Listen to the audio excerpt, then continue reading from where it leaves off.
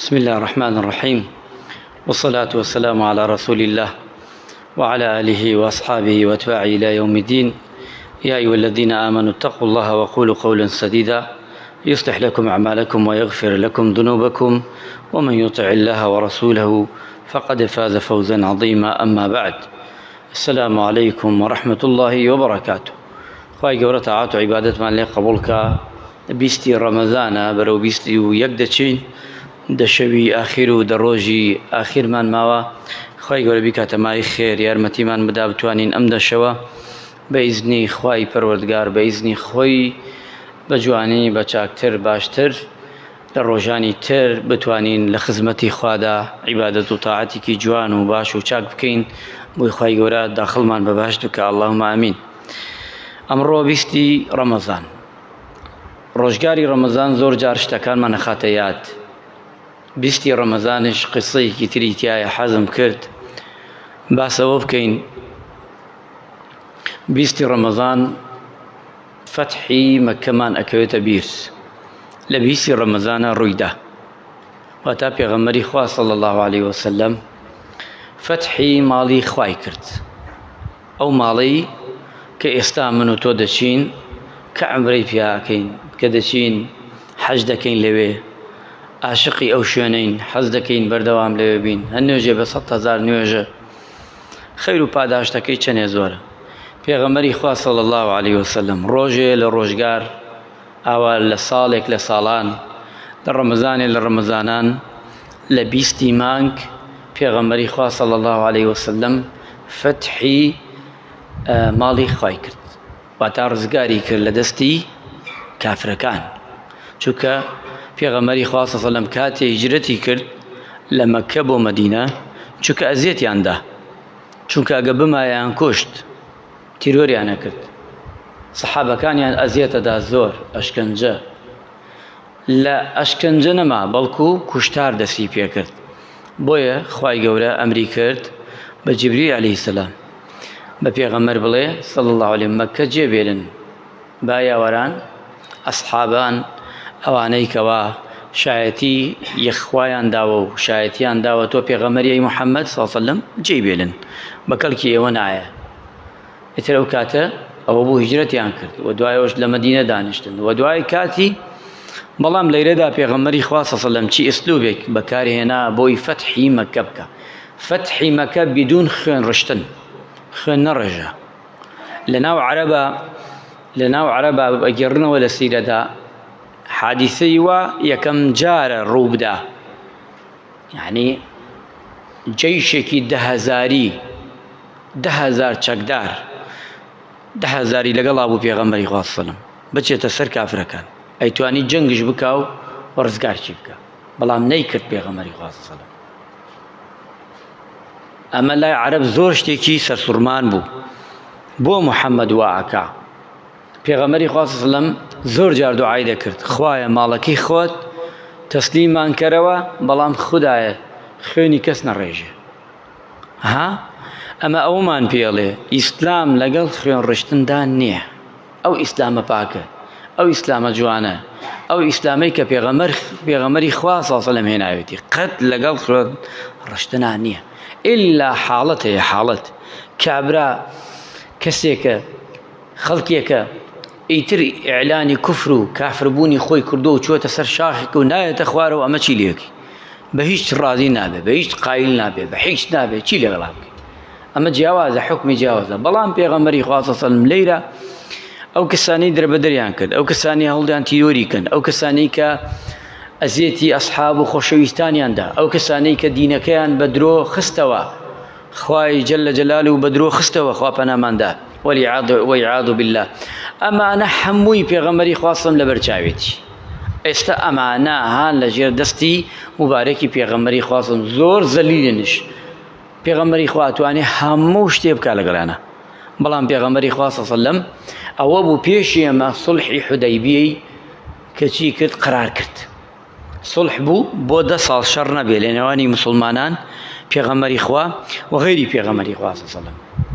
سەحابە زۆر تووڕە بوون، ئەو سڵحە زۆر شتی تیا بوو، وایان زانی پێغەمبەری خوا تەنازولی کردو لە هەندێک شت، یەکێ لەوانەی ئیمامی عەلی ناینووسی ئەوان وتیان لە فڵانی کوڕی فڵانەوە بۆ پێغەمبەری خوا کافرەکان وتیان ئێمە شایەتی نادەین پێغەمبەرە بۆ بنووسە محەممەدی کوڕی عەبدوڵڵاه سەحابە زۆر قورس بوو لەسەر شانیان وتیان هەر کەسێ لای ئێوە بێت بۆ لای ئێمە مسلمان بێتە کافر ئێمە وەرێگرین هەر کەسێ لای ئەوە بێت بوو لە دوای ئەم تەوقیعەوە کە دەیکەین لای ئێوە لای ئێمە بێت بۆ لای ئێوە ئەبێت تەسلیمیکەنەوە ئەجامە قورسە سەحابە ترکەمێ پەست بوون بەمانە هەندێکیان عاجز بوون بێتاقەت بوون وتیان ئەی پێغەمبەری خوا نابێ ئەمانە تۆ تەوقیعەکەی لەسەری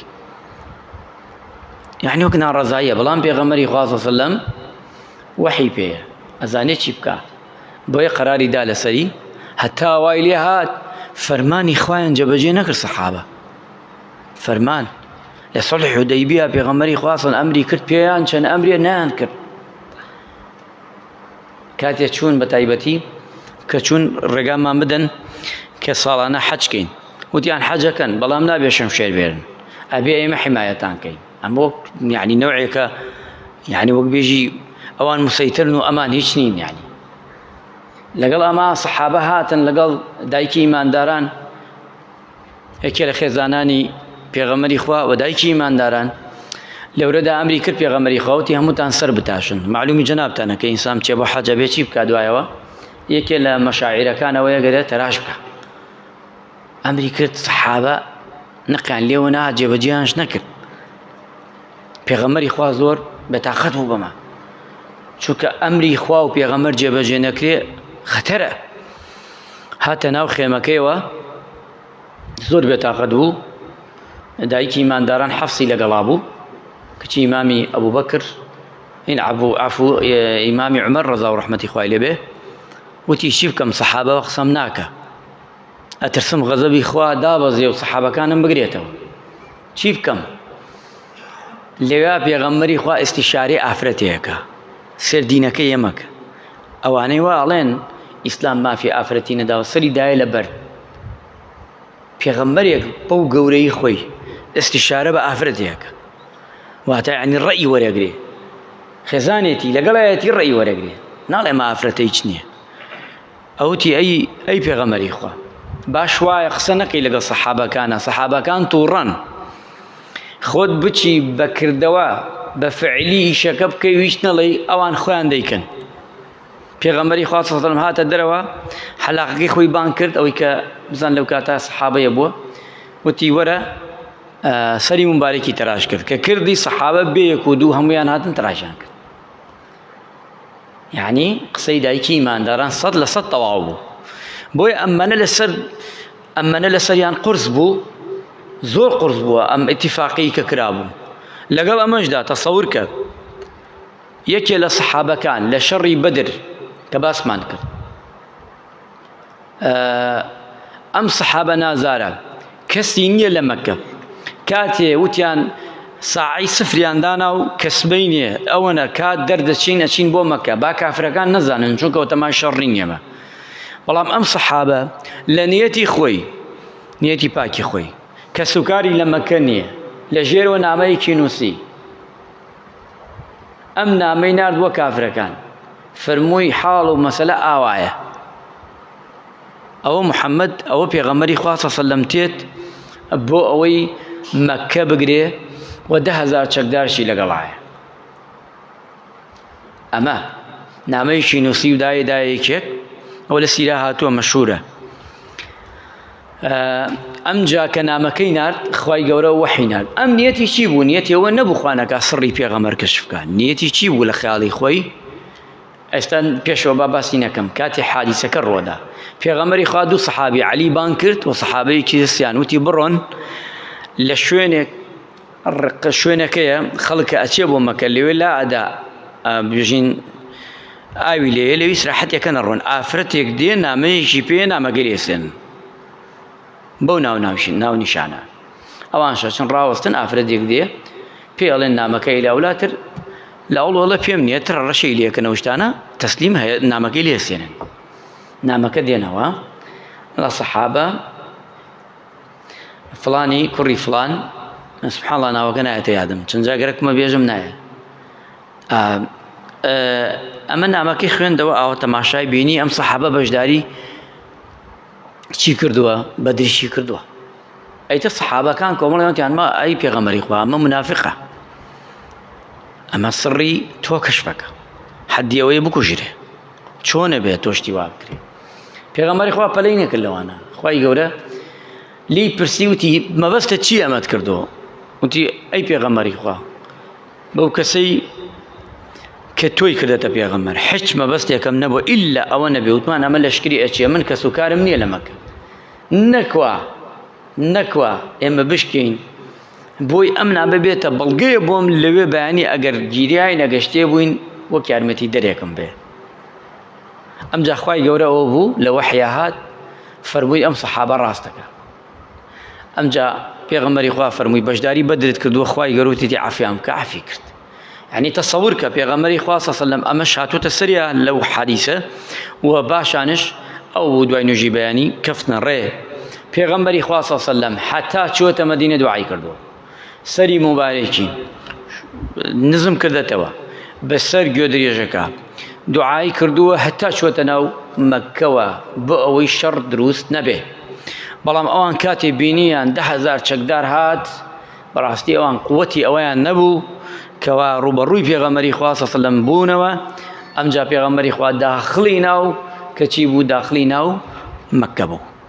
تەسەوور کە تۆ چەند ساڵە ئەمانە هەموو شتێکت پێکەن، ئەوە گەرێمە بین هەر ئەو شارە ئاگرە دەین، هەر ئاگریە دەین، گشتی ئەکوژین، ماڵەکانیان ئەبەین. تەسەوور کە پێغەمبەری خوا چی مەوقفێ لێوێ ئەنوێنێتەوە. هەموویان ڕاوەستن لە بەردەستی پێغەمبەری خوا صلی الله علیه و سلم. پێغەمبەری خوا ڕوویان تێکا ئەو پێغەمبەری کە زۆر میهرەبانە، تەسەورت بێ زۆر میهرەبانە بەخوا هەموومان هەموو ئومەتی پێغەمبەر ناگەیەتە میهرەبانی پێغەمبەر ئاساس هەموومان بە مناڵمانە بە گەورەمانە و بە پیاومانەوە ئەمبەنە میهرەبان بۆ پێغەمبەری خوا صلی الله علیه و سلم. ڕووی کرد پیانوتی قەومەکان خزمەکان تەبعاً گشتی قەوم و خزم خۆیەتی، یعنی تۆ چەنە قورسە قەوم و خزمی خۆت پشگیریت نەکا. یعنی ئەمە دەڵاڵەتە با لەجار قەومەکەی خۆت دێ دژمنت زۆر ئاسایی بێلات ئاسایی بێ شتێکت بەرامبەرەکە زۆر بێت دڵت فراوان بێ قەی چێکە. پێغەمبەری خوا وتی چی ئێژەنێوە من چیتان لەگەڵاکەم چیتان لەگەڵا بکەم. ئەوان شوتیان تۆ پێغەمبەرێکی میهرەبانی، تۆ گەورەی هەموو لایەکمانی و زۆر میهرەبانی، ئەوەی چاک و باش بێ لە تۆ چاوەڕێکەین غەیری ئەوە چاوەڕێ ناکەین. پێغەمبەری خوا صلی الله علیه و سلم فەرمووی اذهبوا فأنتم الطلقاء، بڕۆن هەر کەسێ با بچێ بەلای ئیش و کاری خۆیەوە، ئێوە کەچی بوونە بوختان سەرفرازن و لە ئێمڕۆ ڕێگا پێدراون. ئەمە نێوت لەگەڵەمانە. گەشتیانی چی کرد؟ گردنی هەمویانی ئازاد کرد. وتی کاتێ ئەوەی ودوتی من ئەوە ئێژم کە براکانی یوسف بە یوسفیان کرد عەلەیهی سەلام. کاتێ هاتنە بەردەسی زانیان ئەمە یوسفە عەلەیهی سەلام، گەشتیان چۆکیان دانا وتیان چیمان پێکی بکە. یوسف عەلەیهی سەلام وتی براکانم چیتان پێ بکەم، چی چاوەڕێکن لە من؟ پێغەمبەری خوا ئەو قسەی گێڕاو بەیان کەواتە لەیرە دەرسێکی تر فێرمانەکان لێبوردەیی زۆر لێبوردە بین، زۆر لێبوردە بە شتی بچووک مەکە. ئێستا ئینسانی وامانەیە بەخوا ڕەمەزانش دڵی پاک ناکاتەوە. تەسەورەکەی ئەم ڕەمەزانە 30 ڕۆژا بە ڕۆژوو سێرەکی ناخی هەر پاک نابێتەوە، ماڵی ئاوا بێ یاخوا ئەمە چی بوو؟ دەخەتمە قورئانەکە ئەم ناخە هەر پاک نابێتەوە. کورە ئەمە چی بیبی کە خاتری خۆ ئەم قورئانە تەئسیری لێ نەکردی، ئەم ڕۆژیە تەئسیری لێ نەکردی، ئەم شەو نوێژیە تەئسیری لێ نەکردی. ئەیتر یعنی تۆ ئەم حەکە عیبادەت لە ڕەمەزانە تەئسیری لە تۆ نەکرد، ئەجا چی تەئسیری لێ کاتر؟ من تێناگەم. بوو وابین هەر ئێمان حەقد و بوغزا لە دڵیا، هەر قسەی سێرەکەی بەردەوام قسەی گوشکەکە. کورە دەواز بێنە لەمانە، کورە بەمانە بە قورئان ئەمانە زۆر نەخوا پێخۆشە نە پێغەمبەر پێخۆشە، لێبوردە بە لێبوردە بەردەوام لێبوردە بە. لە دنیادا چەندێ لە خەڵک بوو بووری خوا لێتە بووری، بەخوا خوا لێتە بووری. ئەجا کابرایەک لەسەر پردی سرات ئەڕوا وەزعی زۆر شەڕە بە کوردی یان بڵین ئەگەر لایەق بێ قسەکە. ئەڵێ کردەوەیەکم کردە ناو دەفتەرەکەمە ئەگە خوا ئەم بەشەرەوە وایژێ ئەژێ خوای گیان ئەگەرە بیداتە چاومە ڕێک داخڵە بم بۆ دۆزەخ. ئەو لای ئەو وازانێ ئەمە دنیایە شتێ لە فکرە چێ یان شتێوە لەونێ. ئەڵێت لەسەر پردی سراتە، جا پردی سرات یەکێ لەو شوێنانەیە کەسی لە فکر نییە چکە زۆر باریکە و ئەو پردی سراتە نەجاتت بوو لە ئەگری دۆزەخ نەجاتت بووە. ئیتر هەیە وەک چۆنێژە هەورە بریقەیە ئەم چییە ئاوا ڕوا چاوپرکانێکە ڕوا، هەیە نییە بە پێ ڕوا، هەیە بە گاوڵکیە ڕوا، هەیە بە زگە ڕوا، هەیە بە دەمە ڕوا، هەیە چونکە لە ژێرۆ قلاوە هەموو ڕایەکێشێ.